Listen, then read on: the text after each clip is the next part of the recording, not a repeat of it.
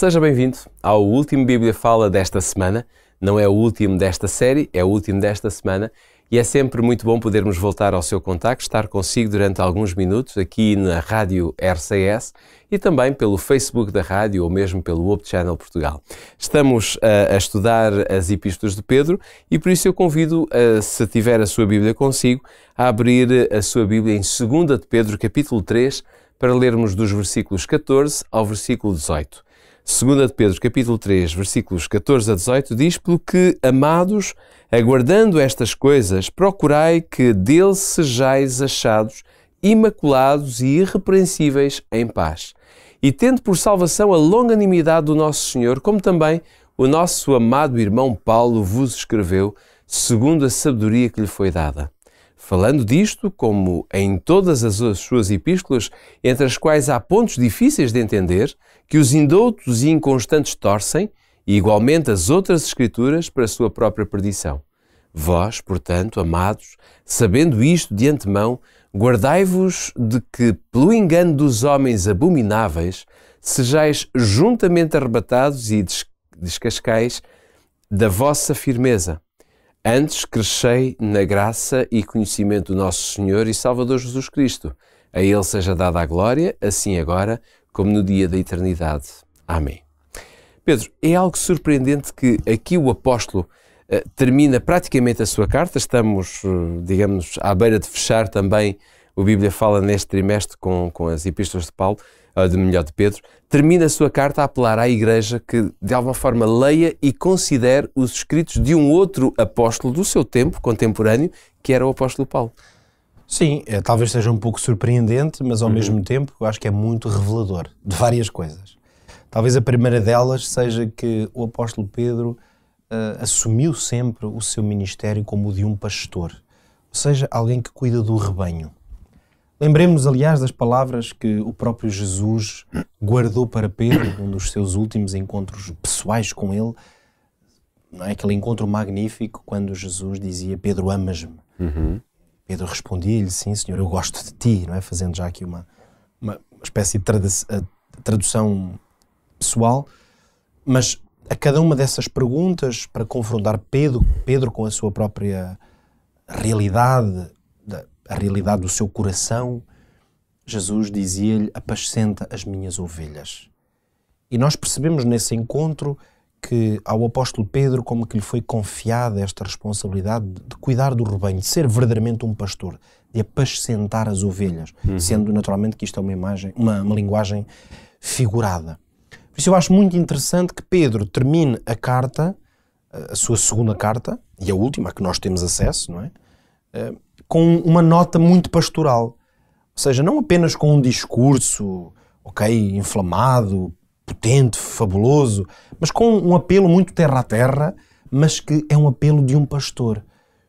Ele termina, no fundo, tentando cuidar da Igreja no sentido de adverti-los a estarem atentos às palavras de outros apóstolos, e ele vai citar realmente o apóstolo Paulo.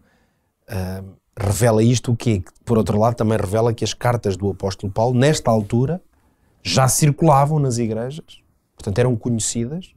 Sabemos que os apóstolos, eles escreveram para igrejas em concreto, normalmente lugares onde eles tinham passado, ou igrejas que eles próprios tinham fundado, onde tinham uma grande influência, não é? Pelo ministério que tinham desenvolvido.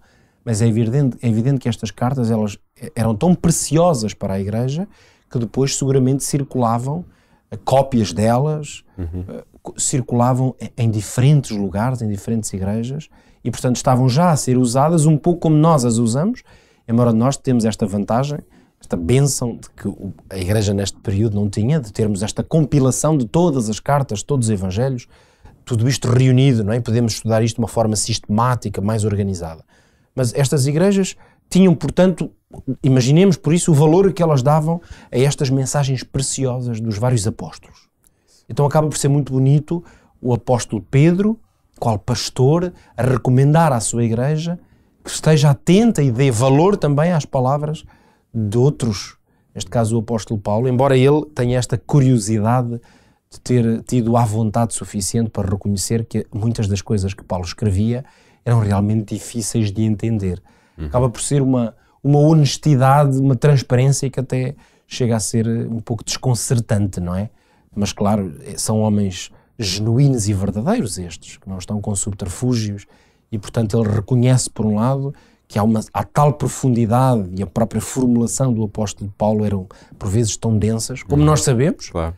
porque temos acesso, graças a Deus, a essas cartas, e sabemos que o apóstolo Paulo, embora com uma enorme beleza e profundidade nas suas cartas, também não deixa de ter palavras difíceis realmente de entender, quanto mais não seja pela formulação que ele Até escolheu. mesmo para Pedro eram difíceis, não é? Porque ele próprio afirma isso. Por isso, quer dizer que até o próprio Pedro estaria nessa contingência.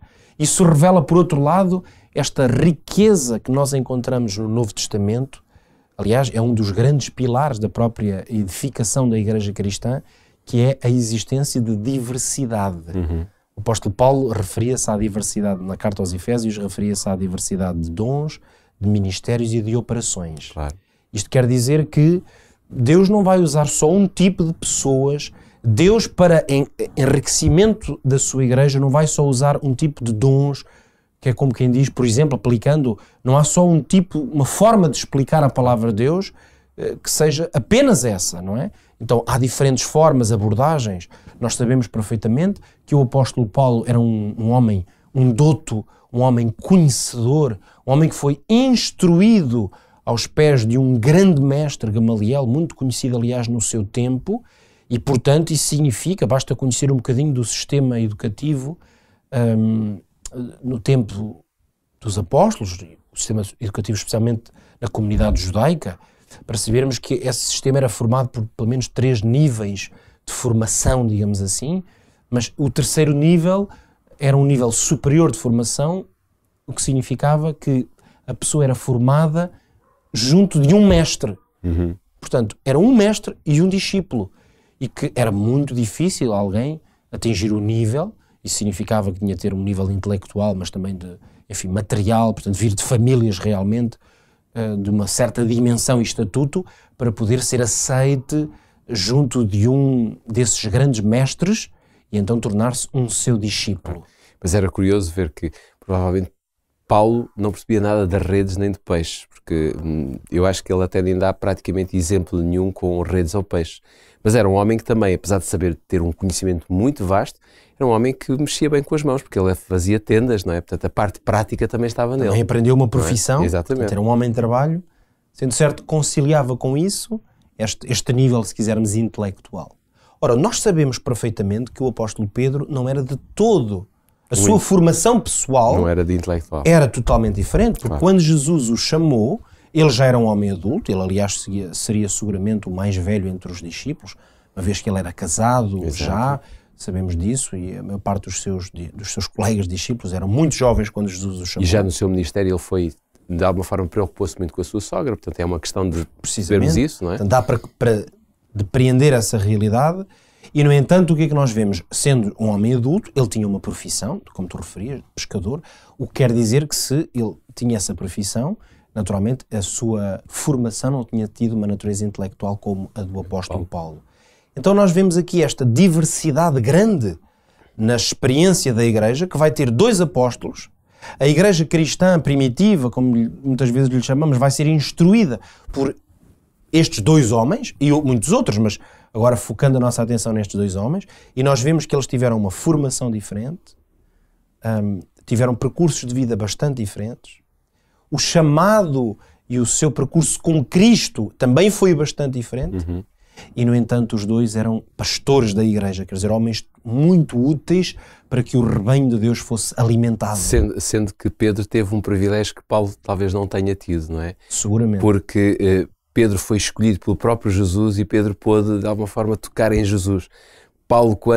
Saulo, quando entra em cena, digamos, dentro do cristianismo, Jesus já não estava entre nós, não é? E essa é uma diferença também marcante. Por isso o apóstolo Pedro, aliás, ele disse-o nas suas cartas, e o apóstolo João vai usar essa expressão de uma maneira muito intensa no início das suas cartas, as de João, quando diz: nós falamos daquilo que vimos, ouvimos e tocamos a respeito da palavra viva, o Logos, que é Jesus Cristo, o Verbo. Então, Pedro e João são exemplos de apóstolos que tiveram essa graça bendita e única na sua vida, de quando falavam do Evangelho, o Evangelho para eles era uma coisa tão concreta quanto o caminhar com ele. Era falar de um amigo. De um amigo. Para Paulo, no entanto, era muito mais falar de uma perspectiva muito mais, quem sabe, conceptual, teológica, mas que foi muitíssimo importante para a Igreja. Ao ponto de muitos desses tais falsos mestres, que aqui falámos a semana passada, agarravam precisamente nas palavras de Paulo e torciam-nas para proferir a mentira. Mas o que nós podemos retirar ao chegar ao final não deste estudo, da próxima semana nós ainda aqui estaremos para fazer, aliás, uma espécie de resumo de tudo o que vimos ao longo destes vários meses, mas hoje chegamos no fundo ao último versículo da segunda carta de Pedro e chegamos com esta percepção de que Pedro foi um homem que Deus usou de uma maneira maravilhosa, porque falou das coisas que viu e ouviu e porque cuidou da Igreja. Isto quer dizer que nós hoje, apesar de vivermos tantos anos depois, se lermos estas cartas e estas palavras e procurarmos aplicá-las a nós, na verdade o que nós temos é que Pedro será para nós também um pastor, porque as exortações e os cuidados que ele aqui demonstrou, eles continuam a ser válidos se os quisermos aplicar na nossa própria experiência. Saímos para fim de semana, mas fica a promessa que na próxima semana voltaremos, tal como o Pedro disse há pouquinho, voltaremos para fazer um remate final àquilo que fomos conversando e fomos descobrindo nas epístolas de Pedro. Iremos saltitar um bocadinho entre a primeira e a segunda epístola, iremos ver, no fundo, rever a matéria já aprendida, mas que é necessário também. Dizer-lhe também que no próximo mês vamos voltar, porque achamos que é importante estarmos consigo e sentimos que do seu lado também existe interesse em que esta dupla, digamos assim, possa continuar a existir e possa continuar a estar presente na programação da rádio e também da parte da TV, e por isso mesmo fica já a promessa que no próximo mês de julho nós voltaremos. Mas estou-lhe a dar aqui uma dica porque quero salientar este aspecto que é muito importante. Nos próximos programas que faremos do estudo da Bíblia, nós iremos dar um novo nome, iremos dar uma nova roupagem, eu diria, iremos ter um novo formato, até vamos ter um estúdio remodelado. Mas isso fica, claro está, para o início do mês de julho. Até lá, continuaremos com o Bíblia Fala e agora é tempo de fazermos uma paragem de 2 dias para que você descanse também, para que nós possamos descansar e retomaremos na próxima segunda-feira. Voltaremos ao seu contacto para estar consigo e faremos então a última semana do Bíblia Fala. Até lá.